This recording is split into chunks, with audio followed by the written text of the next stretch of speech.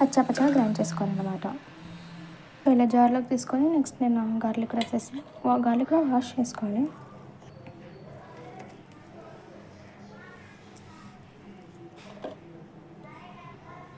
Next we have to add salt and then red chilli powder.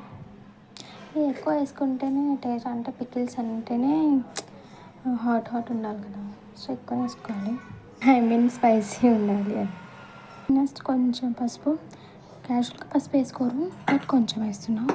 And next pickle masala అంటే ఏం లేదండి, ఆవాలు plus మెంతులు కొంచెం డ్రై రోస్ట్ చేసి మిక్సీ పెట్టుకున్నాను.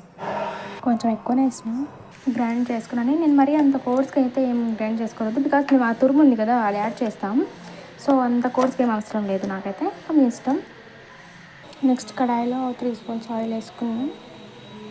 ఇందులో ఆవాలు, జీలకర్ర అండ్ పప్పులు something, finally curry leaves.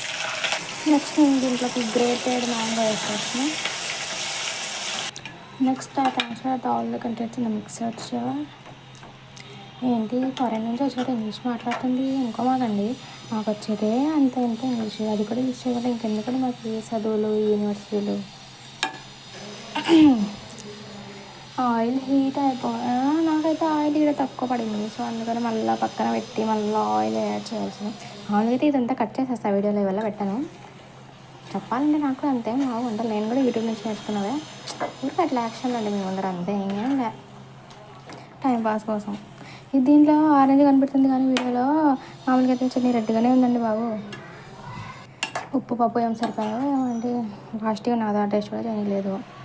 So ఏం చేస్తాం, టేస్ట్ చేసిన తర్వాత ఆయన యాడ్ చేసుకోవచ్చు. ఏమో తక్కువ ఉంటే ఉప్పు కదా, ఉప్పు యాడ్ చేస్తే ఎంత ఈజీగా కలిపేయచ్చు. సో అందుకని వైట్.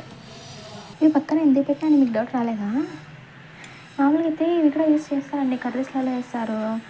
సో అందుకని పెట్టినా, ఎందుకు ఊరికే పాడేయాలా, మళ్ళీ చూద్దాం.